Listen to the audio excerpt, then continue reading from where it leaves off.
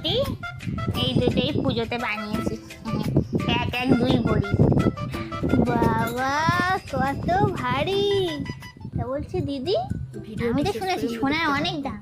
তুমি এই বছরে বছরে পুজোর সময় করে এত সোনা কি করে করছো? এত টাকা কোথায় পাচ্ছ গো?